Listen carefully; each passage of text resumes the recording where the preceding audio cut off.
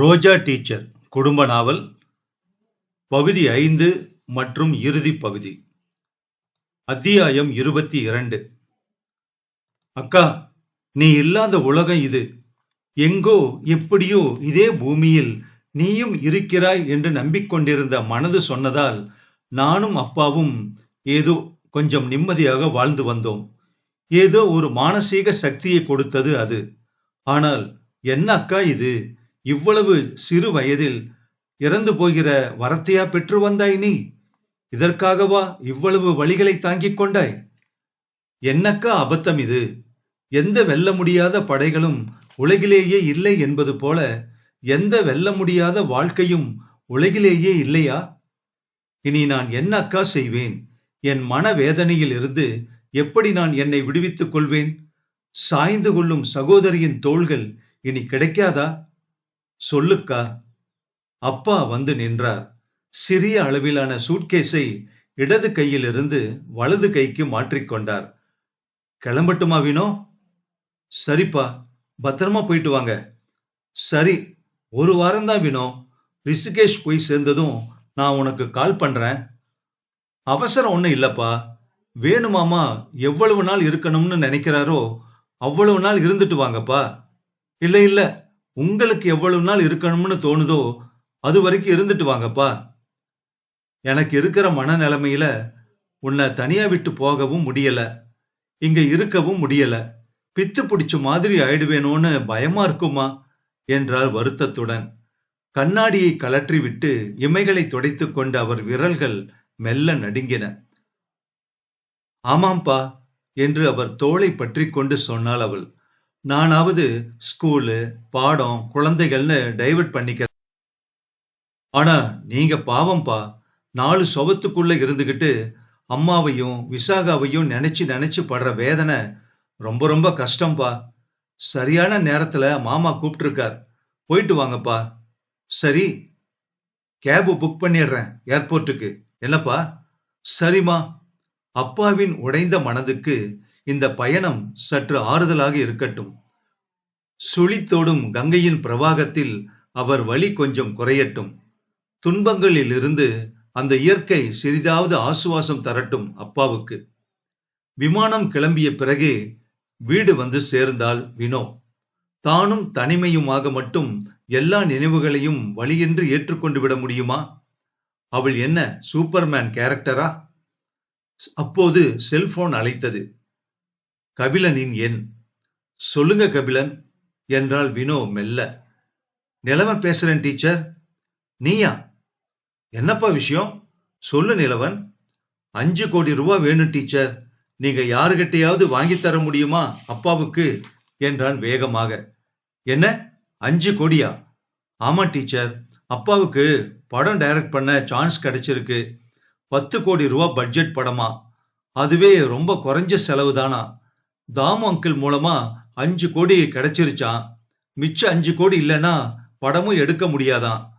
அதான் டீச்சர் உங்ககிட்ட கேக்குறேன். நிலவனுக்கு இன்னும் 9 வயது கூட நிறையவில்லை. ஆனால் பேச்சில் இருந்த தெளிவு 29 வயதை காட்டியது. உணர்வின் பெருக்கமும் அறிவின் பெருக்கமும் சம விகிதத்தில் சந்தித்து நம்ப முடியாத கலவையாக இருந்தது. நிலவா, நிலவா, அப்பா பக்கத்துல இருக்காரா? இருந்தா போனை கொடுப்பா. இதோ தரேன் டீச்சர். 10 நொடிகளில் அவன் குரல் போனில் கேட்டது. சாரி வினோ டீச்சர், நிலவன் ஆர்வ கோளாறுல வெரி வெரி சாரி என்று மன்னிப்பு கோரினான் கபிலன். சேச்ச, அவன் தப்பா எதுவும் பேசல கபிலன் சார். உண்மையிலேயே பெரிய வாய்ப்பு வந்ததுக்கு பாராட்டுக்கள். நீங்க எப்படி இருக்கீங்க வினோ? எந்த ஆறுதல் வார்த்தையும் சரியா இருக்காது உங்களுக்கு. மெல்ல மெல்ல தானாதான் அந்த இடியில இருந்து மீண்டு வரணும். உண்மைதான் கபிலன். அக்காவை நானாக போய் சந்திச்சிருக்கணும், வீட்டுக்கு வரவழைச்சிருக்கணும். நானும் கோபத்தோடவே இருந்துட்டேன். அக்காவுக்கு உண்மையா இல்லையேன்னா அதுதான் இப்போ ரொம்ப வலிக்குது எனக்கு. குற்ற உணர்ச்சியா இருக்குது கபிலன் என்றாள். வார்த்தைகள் இடறின. புரியுது வினோ, நீங்க செஞ்சிருக்கலாம் அப்படி. ஆனா நாம எல்லோருமே இன்னும் காலம் இருக்குன்னே நினைக்கிறோம். ஆனா காலங்கிறது கொடுமையான வில்லன் வினோ. ஈவிரக்கம் இல்லாததுதான் காலம். ஆனா பாவம் அக்கா, நிறைய ஆசை அவளுக்கு இருந்துச்சு. காதல், கல்யாணம், கணவன், பிசினஸ், செல்வம்னு அவ்வளவு உணர்ச்சி வசமானவ. ஓட்டம் ஓட்டம்னு தன்னை மறந்து ஈடுபட்டு கடைசியில உயிரையே கொடுத்துட்டா. புரியுது வினோ. தனித்தன்மையான பெண்ணு வினோ அவங்க. தனக்குள்ள இருக்கு எல்லாம்னு நம்புனவங்க. அப்படியெல்லாம் மனிதர்களை பார்க்கறதே ரொம்ப அபூர்வம். வினோ, மகிழ்ச்சிய, மன நிறைவை உண்டாக்கிக்கிட்டு வெற்றி பெற்ற மனுஷியா உங்களை வந்து சந்திப்பாங்க வினோ. ஏன் தெரியுமா? அமைதியாக அவள் கவனித்தாள். நீங்களும் தனித்தன்மையான பெண்தான். மத்தவங்க கிட்ட மகிழ்ச்சியை உருவாக்குற பெண்தான். கபிலன், ஆமா வினோ, அக்கா எங்கேயும் போயிடல. ஏதோ ஒரு ரூபத்துல உங்களுக்குள்ளேயே வந்து ஐக்கியமாகி இருப்பாங்க. ப்ளீஸ் கவலைப்படாதீங்க வினோ. அவனுடைய ஒவ்வொரு சொல்லும் ஏதோ அருமருந்தை கொண்டு வந்து காயங்களில் செலுத்திய மாதிரி இருந்தது. அத்தியாயம் 23. வாசலில் நிழல் தெரிந்தது. கண்ணாடி கதவு வழியாக யார் என்று கேட்டபடியே கதவை திறந்தாள். இக்பால் நின்று கொண்டிருந்தான். வாங்க என்று முழு கதவையும் திறந்து உள்ளே வரச் சொன்னாள். உட்காருங்க. காஃபியா இல்ல ஜூஸா? எதுவும் வேண்டாம் வினோ, உட்காரு என்று சுற்றிலும் பார்த்தான். அப்பா இல்லாத வீடு இப்ப எப்படி இருக்கு? எனக்கு ஆறுதல் தர முயற்சி பண்ணிக்கிட்டு இருக்கு என்று ஜன்னலை காட்டினாள். கற்பூரவள்ளியின் கொடிகளுக்கு வீடு இடம் கொடுத்து கொண்டிருந்தது. நல்ல ரசனை உனக்கு வினோ, உட்கார் என்று மெல்ல சொன்னான். எதிரில் நாற்காலியை இழுத்து போட்டுக்கொண்டு உட்கார்ந்தாள் வினோ. அக்காவின் கடைசி காலத்தில் இருந்தவன் இவன் என்ற எண்ணம் அவளுக்கு நெகிழ்ச்சியை கொடுத்தது. அவன் தரப்பில் எதை குற்றம் என்று சொல்ல முடியும்? ஒரு வரி கூட அக்கா அவனை விமர்சிக்கவில்லை. மதமோ, பழக்கமோ, உணவோ, மொழியோ எதுவும் பிரச்சனையாக்கப்படாத வாழ்வு என்பது ஒரு பாக்கியம்தான். ஒருபோதும் அதிகாரத்தால் செலுத்தப்படாமல், ஒருபோதும் அடக்குமுறைக்கு ஆட்படுத்தப்படாமல், ஒருபோதும் அநீதிக்கு அடிபணிய வைக்கப்படாமல் அக்கா வாழ்ந்த காதல் வாழ்க்கைக்கு இவன்தான் அச்சாரமாக இருந்திருக்கிறான். அப்பா எப்படி இருக்கார் வினோ? தினமும் கங்கை கரையில நடக்கிறாராம். முடிஞ்சப்பெல்லாம் மலைப்பாதையில ஏறாராம். சப்பாத்தி மோர்னு அளவா சாப்பிட்றாராம். அவர் ஏஜ் குரூப் பொண்ணு இருக்கான். நிறைய பேசுறாங்களாம் எல்லோருமே. கிரேட். ஸ்ட்ரெஸ் மேனேஜ்மெண்ட்டுக்கு ரொம்ப உதவியா இருக்கும் இல்ல வினோ? நீ நீ எப்படி இருக்க? அதே மாதிரி தான். ஸ்கூலும் குழந்தைங்களும் தான் என்னுடைய ஸ்ட்ரெஸ் மேனேஜர்ஸ். சரி, உங்களை பத்தி சொல்லுங்க. அக்கா இல்லாத வீடு எப்படி? ரொம்ப சிரமமா தான் இருக்கு. அவளை பத்தி தான் உனக்கு தெரியுமே. ரொம்ப எமோஷனல். வீட்டுல ஒரு நாற்காலி, சோஃபா கூட இடம் மாத்தக்கூடாது. இட்லி கொஞ்சம் கூட இறுக்கமாயிடக்கூடாது. உடனே டென்ஷன் ஆயிடுவா. டிரைவர், வேலைக்காரம்மா, பூக்காரம்மா எல்லார்கிட்டையும் அன்பாவும் இருக்க, சண்டையும் போட அவளால முடியும். வீடு பூரா அவள் குரலால நிரம்பி இருக்கும். இப்போ சவுண்ட் ப்ரூஃப் ஓட்ட மாதிரி இருக்கு. பெருமூச்சுடன் அவள் இலைகளை பார்த்தாள். கணவனாக, துணைவனாக அவன் இழப்பு மிக கடினமானதுதான். அதிலும் ஒருத்தியை விடாப்பிடியாக காதலித்து கைபிடித்து ஒரு அன்பின் தோட்டம் அமைத்து அந்த தோட்டத்திலேயே அவளுக்கு கல்லறை அமைப்பது என்பது மிக கொடிய வேதனை. இப்ப நான் வந்தது ஏன் தெரியுமா வினோ என்று கேட்டான். நேராக அவளுடைய முகத்தை பார்த்தான். சொல்லுங்க இக்பால். எங்க பிசினஸ் முழுக்கவும் 2 பேர் இணைஞ்சு செஞ்சது. லீகலி அப்படிதான் ரிஜிஸ்டரும் செஞ்சிருக்கோம். பேங்க் அக்கவுண்ட், எய்தரா சர்வைவர், அதாவது மீதி இருப்பவர் அல்லது யாரோ ஒருவர். சட்டப்படி எல்லாமே இஆர்எஸ். அதனால சட்டப்படியே பிசினஸ், சொத்து, பேங்க் பேலன்ஸ் எல்லாமே என் கைக்கு வருது. ஆடிட்டர், பேங்க் மேனேஜர், லாயர் 3 இடத்துலயும் பேசிட்டு தான் நான் இப்ப வரேன். என்ன சொல்கிறான்? ஏன், எதற்காக இதெல்லாம் சொல்கிறான்? பிசினஸ் பத்தி இன்னும் நான் யோசிக்கல. வீட்டை விக்கிறதா இல்ல, தொடர்ந்து இருக்கிறதா அல்லது வாடகைக்கு விடுறதான்னு முடிவு பண்ணல. பேங்க் பேலன்ஸ் மட்டும் 10 கோடி இருக்கு. அதாவது லிக்விட் கேஷ், பிக்ஸட் டெபாசிட்டா. யூரோப், லண்டன்ல ஒரு பொட்டிக் ஷாப் ஆரம்பிக்கலாம்னு சேர்த்த பணம். சரி சொல்லுங்க. உண்மையா பார்த்தா 5 கோடி ரூபா உன்னுடைய அக்காவுடையது. அதாவது இப்ப உன்னுடையது. புரியல இக்பால்.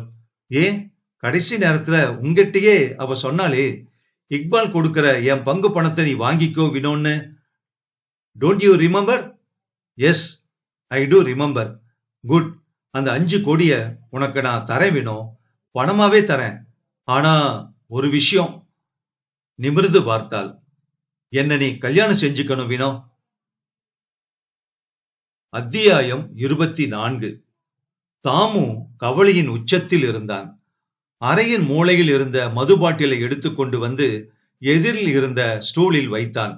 கண்ணாடி கோப்பை முழுவதும் மதுவை நிரப்பிக் கொண்டு ஒரே மடக்கில் வாய்க்குள் கவிழ்த்து கொண்டான். தொண்டை எரிந்தது. கண்களில் தீப்பொறி விழுந்ததை போல் இருந்தது. எதிரில் இருந்த சிட்டி பாபு, வேணாண்ணே வேணாண்ணே, இதுக்கு மேல வெறும் வயிற்றுல ஏன்ன டிஃபன் சாப்பிடுனே முதல்ல என்று கெஞ்சினான். தாமுவின் முகம் சிறுவனை போல விம்மலுடன் தெரித்தது. கபிலன் என்ன சாதாரண ஆளாடா சிட்டி? யாரெங்கே ஆடுவது? ஒரு சாம்பிள் தான். கையில வச்சிருக்கிற 4 சப்ஜெக்டும் 4 பொக்கிஷன்டா. வெறும் 10 கோடி போதுண்டா, தெரியுமா? புதுமுகமா போட்டு சூப்பர் சூப்பரா எடுத்து கொடுத்துருவான்டா. நான் ஏன் அலைகிறோம்டா நானும் அவனும். 5 கோடிடா சிட்டி. Just 5 crores. சேட்டு செட்டியார் யாருமே தரலையாண்ணே. தலையில துண்ட போட்டுக்கிட்டு டிராமா பண்றாங்கடா ஒவ்வொருத்தனும். பாவண்டா கபிலன், பிரமாதமான ஆளுடா. தாஸ்கோவஸ்கி மாதிரி, இங்மார் பெர்கன் மாதிரி, கீஸ்லோவெஸ்கி மாதிரி வரக்கூடியவன்டா. இவான் சைல்டு ஹிட் படம் பார்த்திருக்கணும்டா நீ. கவிதை மாதிரி இருக்குண்டா சிட்டி. நாம கபிலன் எடுக்கிற படமும் அப்படித்தாண்டா இருக்கும். ஆனா ஆனா இந்த பாழா போற பணம், ஐயோ பணம் இப்படி தண்ணி காட்டுதேடா. தாமு விசித்து அழுவதை சிட்டி பாபு மிக கவலையுடன் பார்த்தபடி திகைத்து போய் நின்றான். வாசல் மணி அடித்தது. அப்போது போய் பார்க்கிறேனேனா என்று சிட்டி பாபு விரைந்தான். அதே வேகத்தில் திரும்பி வந்தான். அண்ணே, வெளியில ஒரு பொண்ணு நிக்குதுன்னு, ரொம்ப அழகா இருக்கு. ஆனா கவலையா இருக்குது முகத்துல. உங்களைத்தானே தேடி வந்திருக்கு. பொண்ணா? என்ன தேடியா? ஆமாண்ணே, முகம் கழுவிட்டு வா போ. தாமு குழப்பத்துடன் குளியல் அறைக்கு போனான். சுத்தமாக முகம் வாய் கழுவி தலை சீவி வாசலுக்கு வந்தான். வணக்கம் தாமு சார், நான் வினோ டீச்சர் என்று சொன்னாள் வினோ. அத்தியாயம் 25. கபிலன் ஒரு துள்ளு துள்ளி வந்து தாமுவின் கையை பற்றி கொண்டான். புதிதாக இறக்கை முளைத்த குட்டி பறவை போல அவன் உடல் உற்சாகத்தில் மிதந்தது. நிஜமாவா தாமு? பணம் கிடைச்சிருச்சா? ஆந்திரா தயாரிப்பாளரா? நீயே போய் பேசிட்டு வந்தியா? இப்படி கூட நல்லது நடக்குமா நம்ம வாழ்க்கையில? தாமு, உண்மையாவா சொல்ற? தாமு, உனக்கு எப்படி நன்றி சொல்றதுனே தெரியல தாமு என்று உணர்ச்சி வசப்பட்டு பேசினான். கண்களில் ஈரமும் மகிழ்ச்சியும் நட்சத்திரங்கள் போல மின்னின. ஆமா கபிலா, கொஞ்சம் வட்டி அதிகம்தான். அது ஒன்னும் பிரச்சனை இல்ல. படம் நின்னு விளையாடும் போது எவ்வளவு வேணா எடுத்து அவன் மூஞ்சில எரிஞ்சிடலாம். சரி, நீ இப்பவே உட்காரு. ஃபைனல் ஸ்கிரிப்ட் ரெடி பண்ணிடு. தாமு, நான் இன்னும் பண்ணாமலேயே இருப்பேன். இப்பவே ஷூட் போயிடலாம். தாமு, அந்த அளவுக்கு எல்லாமே ரெடியா இருக்குப்பா. சரி, அப்ப உதவி இயக்குனர்கள் லிஸ்ட் ரெடி பண்ணிடு. கேமரா, இசை, எடிட்டிங்குக்கு நம்ம டீமே ஓகே தானே? நிச்சயமா நிச்சயமா தாமு. டேய், நம்பவே முடியலடா. யாருடா அந்த ப்ரொடியூசர்? நான் பார்க்கணும்டா. அந்த ஆளு ரொம்ப பெரிய இடம்டா கபிலா. நானே 5 நிமிஷம் தான் பேசினேன்.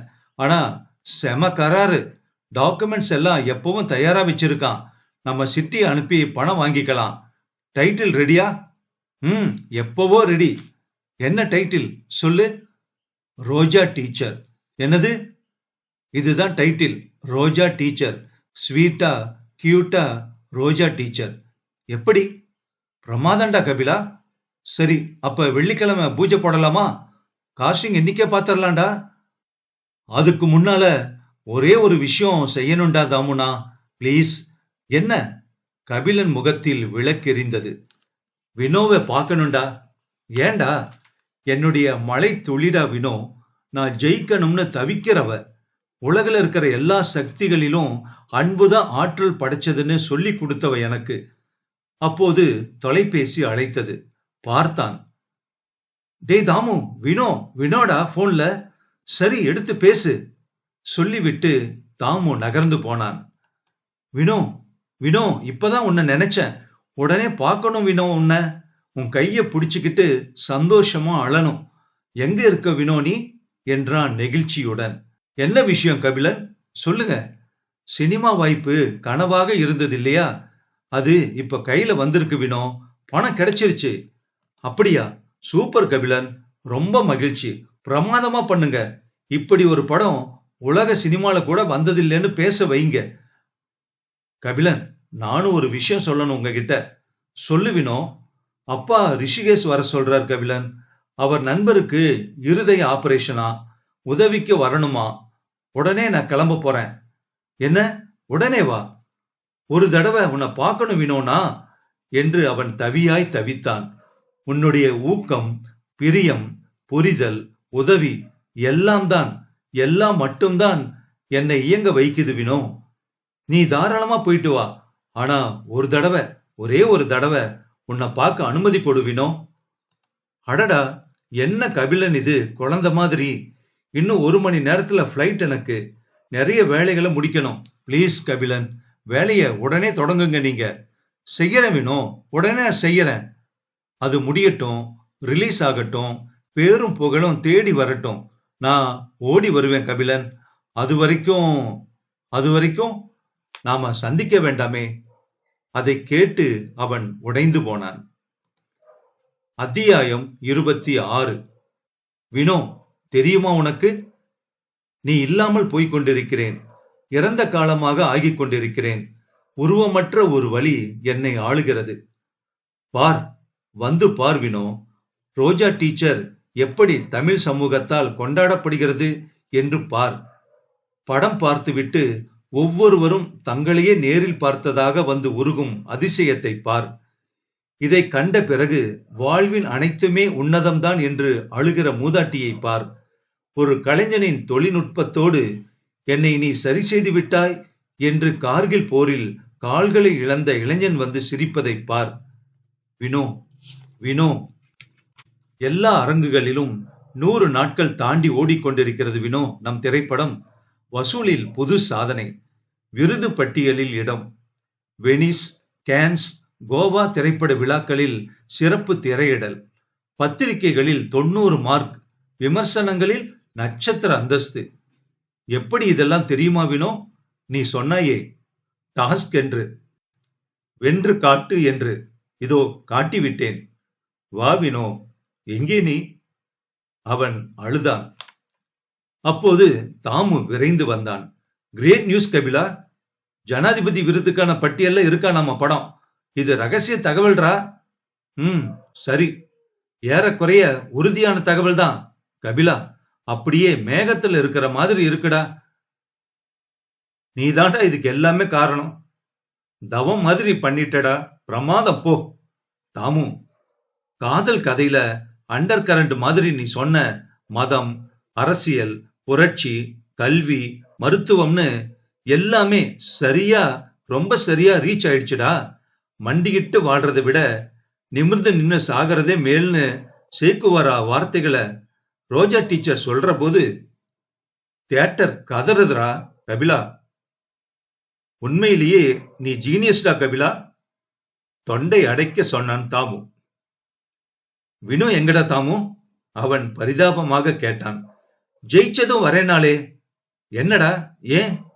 ரிஷிகேஷ், ஹரித்வார்னு பசங்க சல்லடை போட்டு தேடிட்டாங்கடா, கிடைக்கவே இல்ல. வருவாடா கபிலா, கட்டாயம் வருவா. நீ ஒன்னும் கவலைப்படாத. ஜெயிச்சு காட்டு, ஓடி வருவேன்னு சொன்னாலே, வாக்க தவற மாட்டாளே என்னுடைய வினோ.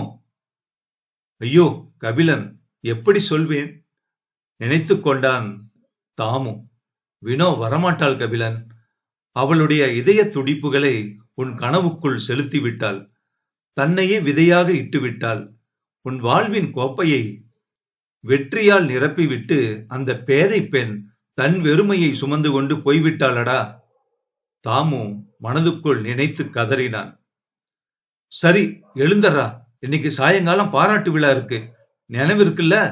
பன்னாட்டுத்துறை அமைச்சர், சீஃப் கெஸ்ட், சினிமா ஆட்கள் மொத்த பேரும் வர இருக்காங்க. உன்னுடைய கனவு நிஜமானதுக்கு திருவிழா எடுக்கிறாங்கடா உதவி இயக்குனர்கள். ஆனந்தத்தில் துள்ளி குதித்தான் தாமு. கபிலன் தன் தலையை பிடித்துக் கொண்டான். வினோ, வினோ, எங்கே இருக்கிறாய் நீ?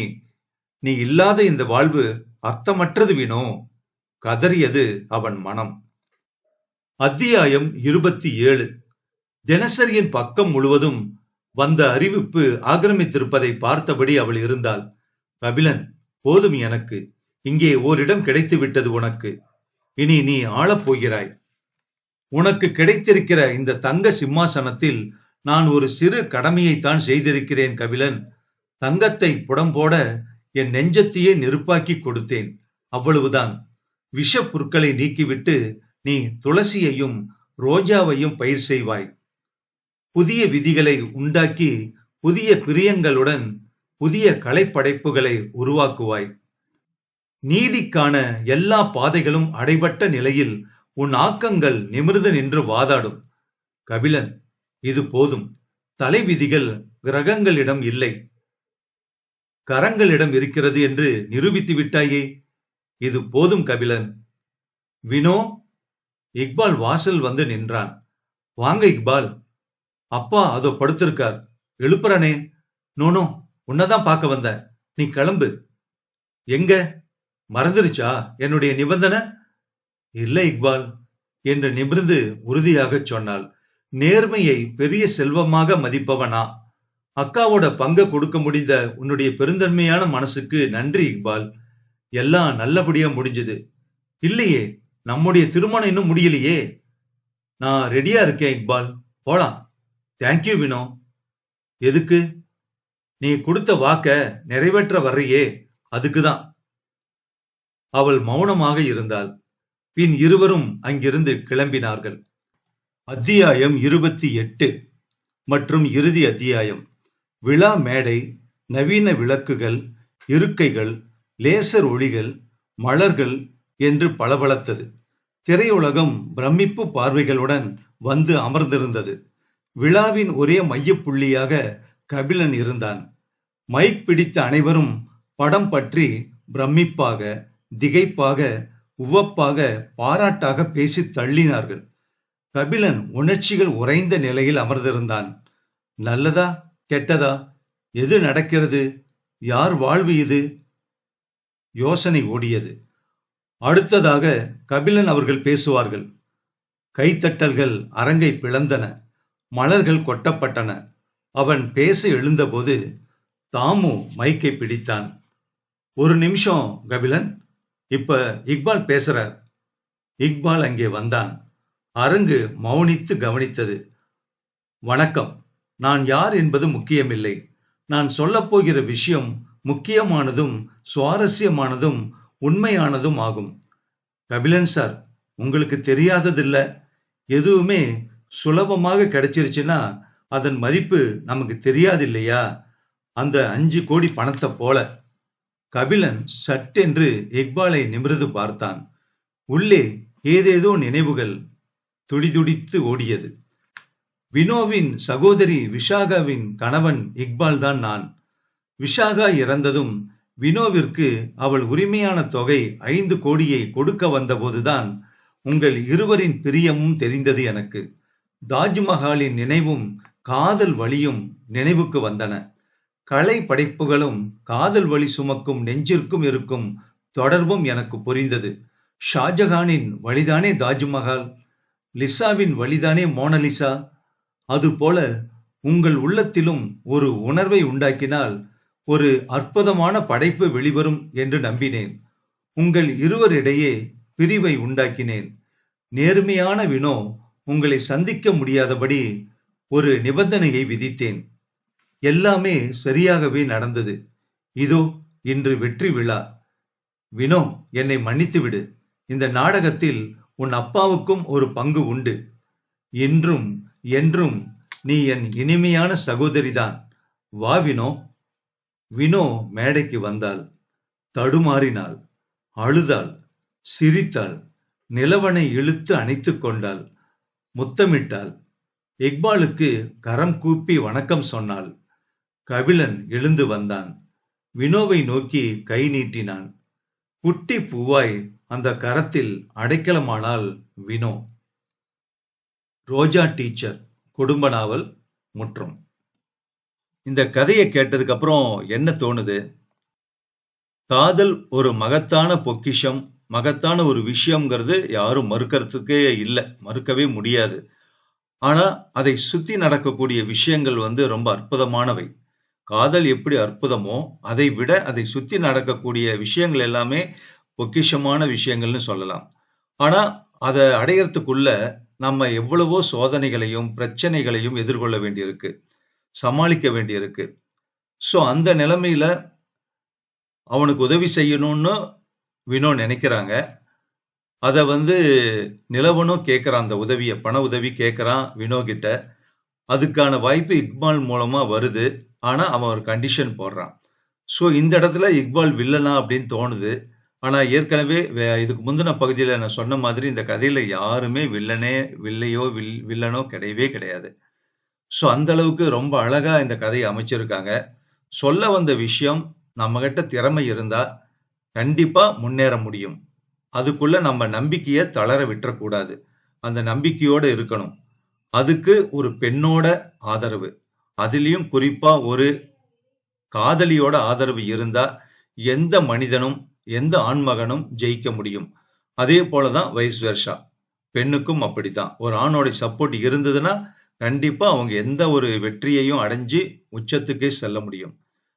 அதுக்கு வினோ ரொம்ப உறுதுணையா கபிலனுக்கு இருந்திருக்காங்க. அதே நேரத்துல நாம கடைசி சீன்ல எல்லாம் நிலவன் வரலைன்னா கூட, நிலவனுடைய பார்ட் ரொம்ப ரொம்ப முக்கியமானது. ஏன்னா அவன் தான் 2 பேருமே ஒருத்தருக்கு ஒருத்தர் புரிஞ்சுக்க ஒரு காரணமாகவும் இருந்தான்.